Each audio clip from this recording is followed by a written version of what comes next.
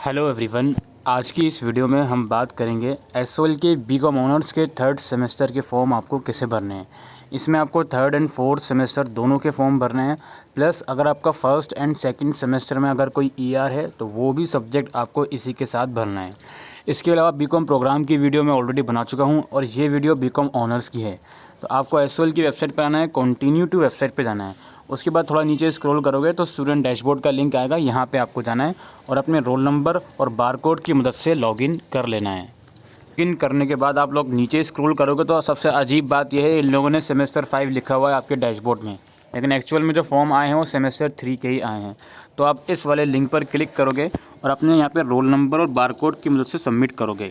आप जब अपना रोल नंबर यहाँ पे टाइप करोगे या एंटर करोगे तो आपको लिखना इस तरीके से, जैसे 21 है उसके आगे बीच वाला डैश लगाना है आपको, हाइफन जो भी आप बोल सकते हो बिना स्पेस दिए। फिर आपका 1 जो भी आपके आगे रोल नंबर है उस तरह से लिखना है। अगर आप बिना डैश लगाए लिखोगे तो सबमिट नहीं होगा। तो इस तरह से फॉर्मेट को फॉलो करते हुए आपको रोल नंबर और बारकोड की मदद से सबमिट करना है।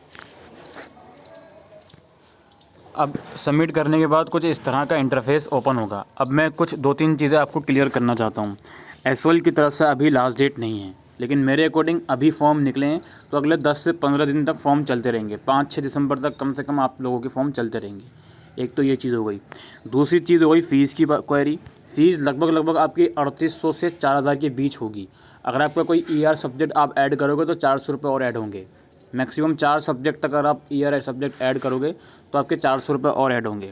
ठीक है, ये 2 चीज़ें आपको क्लियर हैं कि लास्ट डेट इतनी है और फीस इतनी है। अब यहाँ पे आपको क्या करना है, लेफ़्ट साइड में ऊपर आप देखो क्लिक हेयर का आपका ऑप्शन मिलेगा आपको, इस पर आपको क्लिक करना है और एग्जामिनेशन वाले ऑप्शन पर आप लोगों को क्लिक करना है।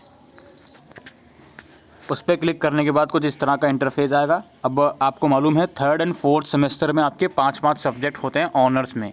फर्स्ट एंड सेकंड सेमेस्टर में आपने 4-4 सब्जेक्ट पढ़े थे, लेकिन थर्ड एंड फोर्थ सेमेस्टर में आप लोग 5-5 सब्जेक्ट पढ़ोगे।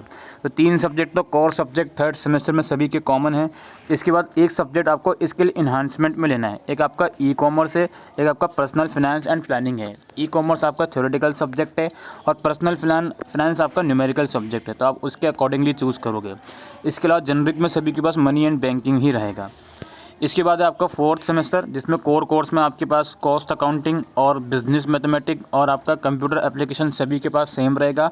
एक सब्जेक्ट आपको स्किल इन्हांसमेंट में लेना है। इसमें अगेन साइबर क्राइम और कंप्यूटराइज अकाउंटिंग सिस्टम है। तो कंप्यूटराइज अकाउंटिंग सिस्टम में कोई प्रैक्टिकल नॉलेज नहीं दी जाएगी आपको। जो क्वेश्चन पेपर आएगा वो थ्योरेटिकल ही आएगा। तो आप ये सोचकर अगर कंप्यूटराइज अकाउंटिंग सब्जेक्ट चूज़ करते हो कि मुझे कंप्यूटर सीखने को मिलेगा, तो आप गलत फहमी में हो। तो उसके अकॉर्डिंगली आप चूज़ करिएगा। बाकी जो साइबर क्राइम वाला सब्जेक्ट है वो आपका थ्योरेटिकल पेपर है। ठीक है, ये चीज़ हो गई। और जनरिक में अगेन आपका पब्लिक फाइनेंस जो कि सभी के पास है। तो ये थर्ड एंड फोर्थ सेमेस्टर के सब्जेक्ट आपने चूज़ कर लिए। अब आप नीचे स्क्रॉल करोगे और जो मैं आपको चीज़ें बताने वाला हूँ उस चीज़ को ध्यान से समझिए। अगर आपका फर्स्ट एंड सेकंड सेमेस्टर में किसी भी सब्जेक्ट में ईआर का केस है तो आपके सब्जेक्ट के आगे यहाँ पर एफ़ लिखा होगा। ये नीचे आपके फर्स्ट एंड सेकंड सेमेस्टर के सब्जेक्ट हैं और आपका सेकंड सेमेस्टर रिजल्ट आ चुका है। तो फर्स्ट या सेकंड सेमेस्टर में से किसी भी सब्जेक्ट में आपका ईआर का केस है तो इस वाले डैशबोर्ड के अंदर आपको सब्जेक्ट के आगे एफ़ शो होगा। तो जिस भी सब्जेक्ट के आगे आपका एफ़ शो हो रहा है वहाँ पर आपको टिक कर देना है। जैसे सपोज़ करो यहाँ पे पी लिखा हुआ है, लेकिन लेट्स से सपोज यहाँ पे एफ़ लिखा होता तो इसके आगे इस बॉक्स के अंदर मुझे टिक कर देना होता। ठीक है, तो टिक करने के बाद जो नीचे आई हैव अंडरटेकिंग वाला ऑप्शन है इस पर मैं क्लिक करता, देन इसको सेव करके प्रोसीड करके पेमेंट कर देता। एक तो ये चीज़ हो गई। अब दूसरी चीज़ें मैं कुछ आपको समझाना चाहता हूँ। बहुत से ऐसे स्टूडेंट हैं जिनका फर्स्ट सेमेस्टर में एब्सेंट आया था उनकी मार्कशीट में, या मान लो सेकेंड सेमेस्टर में भी आपका एब्सेंट आया था। तो अगर हम फर्स्ट सेमेस्टर की बात करें, आपका एब्सेंट आया था मार्च अप्रैल वाले रिज़ल्ट में, आपने एसओएल कैंपस जाके लाइब्रेरी जाके अपनी डिटेल लिखवा दी और आपसे ये बोला गया था कि आपका रिज़ल्ट अपडेट हो जाएगा, लेकिन आज के टाइम पर भी आपका रिज़ल्ट अपडेट नहीं हुआ। तो ऐसी कंडीशन में क्या करा जाए? ऐसी कंडीशन में जहाँ तक मैं आपको एडवाइस दे सकता हूँ वो ये एडवाइस दे सकता हूँ कि आप 4 से 5 दिन का और वेट कर लें। वेडनेसडे थर्सडे तक का और वेट कर लें आप, नेक्स्ट वीक तक का। अगर आपकी प्रॉब्लम रिजॉल्व नहीं हो रही है एब्सेंट वाली, तो एक बार प्लीज़ एसओएल कैंपस में जाकर कांटेक्ट करें, उनको बताएं कि एक्चुअल में माजरा क्या है, क्या आप लोग प्रॉब्लम रिजॉल्व करोगे या नहीं करोगे। ये बात आपको एसओएल कैंपस में जाकर करनी है। किन बच्चों को करनी है? जिनका फर्स्ट सेमेस्टर का एब्सेंट वाली प्रॉब्लम ठीक नहीं हुई है अब तक भी, और इस फॉर्म के अंदर आपके उस पर्टिकुलर सब्जेक्ट के आगे एफ़ लिख के आ रहा है और आप उसको अगर चूज़ करें बिना भी प्रोसीड करोगे तो वो ऑटोमेटिकली चूज़ हो जाता है। प्लस जिन बच्चों का सेकंड सेमेस्टर में एब्सेंट आया है और उन लोगों ने अटेंडेंस शीट वाला सारा प्रोसीजर कंप्लीट कर लिया है, लेकिन चूंकि सेकंड सेमेस्टर का रिज़ल्ट अभी हाल ही में आया था, अभी एक हफ़्ता भी आई थिंक नहीं हुआ है, तो अटेंडेंस शीट अगर आप सबमिट करके आ गए हो या करोगे और उसका जो रिज़ल्ट है वो कुछ टाइम के बाद अपडेट होगा, एटलीस्ट आपके एग्ज़ाम हो जाएंगे उसके बाद ही वो अपडेट होगा। तो जिन जिन बच्चों का सेकंड सेमेस्टर का एब्सेंट का केस है, उन बच्चों को जो भी सब्जेक्ट में वो एब्सेंट है उससे आगे यहाँ पे एफ शो होगा, उसके आगे टिक करके फॉर्म भरना ही पड़ेगा और कोई ऑप्शन नहीं है। ठीक है। तीसरी कंडीशन भी मैं आपको बता देता हूँ। बहुत से ऐसे स्टूडेंट होंगे जिनकी फर्स्ट सेमेस्टर की एब्सेंट वाली प्रॉब्लम रिजॉल्व हो गई होगी, रिजॉल्व होने के बाद भी डैशबोर्ड के अंदर फर्स्ट सेमेस्टर के किसी सब्जेक्ट के आगे एफ़ लिखा होगा, जिसमें पहले एब्सेंट लिखा था मार्कशीट में और अब वो रिजॉल्व हो गई है। तो ऐसी कंडीशन में आप लोग फ़िलहाल फॉर्म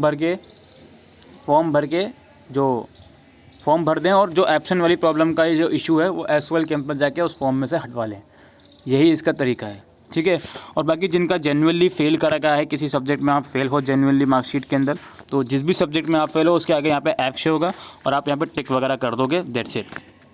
टिक वगैरह करके आई हैव रीड अंडरटेकिंग पे क्लिक करके सेव करके व्यू करके पेमेंट आप लोग कर दोगे। पेमेंट एज आई सेड कि 3800 से 4000 के बीच आपकी पेमेंट रहेगी। ये करना है आपको एडमिशन फॉर्म के लिए थर्ड एंड फोर्थ सेमेस्टर के लिए। अब काफ़ी बच्चे सवाल पूछेंगे। अच्छा, एक चीज़ और मैं आपको बता दूं, पेमेंट आप करोगे तो कोशिश करना कार्ड से या नेट बैंकिंग के थ्रू पेमेंट ट्राई करना। पेटीएम वगैरह के थ्रू, यूपीआई के थ्रू पेमेंट नहीं करना, उससे मोस्टली देखा गया है कि पेमेंट अटकती है। हो सकता है आपकी ना अटके, बट मोस्टली देखा गया है कि जो बच्चे पेटीएम वगैरह से पेमेंट कर रहे हैं उनकी पेमेंट में फॉल्ट आता है, अटकती है पेमेंट। तो इस चीज़ का आप लोग ध्यान रखें। और पेमेंट कर दिया आपने, आपके अकाउंट से पेमेंट डिडक्ट हो गई और स्क्रीन के ऊपर कोई भी XYZ चीज़ शो हुई स्क्रीन के ऊपर, तो उसके बाद आपको क्या करना है, आपको इसको सीधा लॉग आउट कर देना है। आउट करने के बाद आपको माय अकाउंट वाले टैब में जाना है अपने डैशबोर्ड में, और उसके बाद फी रिसिप्ट वाले सेक्शन में आपको जाना है। तो यहाँ पर आपकी फ़ी रिसिप्ट शो होनी चाहिए और ये काम आपको करना है। पेमेंट जब आपकी डिडक्ट हो जाती है उससे कम से कम आप 6-7 घंटे या इवन 24 आवर्स तक का आपको वेट करना है। उसके बाद ही आपको देखना है कि फ़ी रिसिप्ट आई है या नहीं। समटाइम इमीडिएटली भी आ जाती है और समटाइम कुछ टाइम के बाद भी आपकी फ़ी रिसिप्ट आती है। तो इतना आपको करना है एडमिशन फॉर्म के लिए बीकॉम ऑनर्स के। तो आई होप दोस्तों आपको ये वीडियो यूज़फुल लगी हो, तो वीडियो को शेयर करिएगा। Thank you.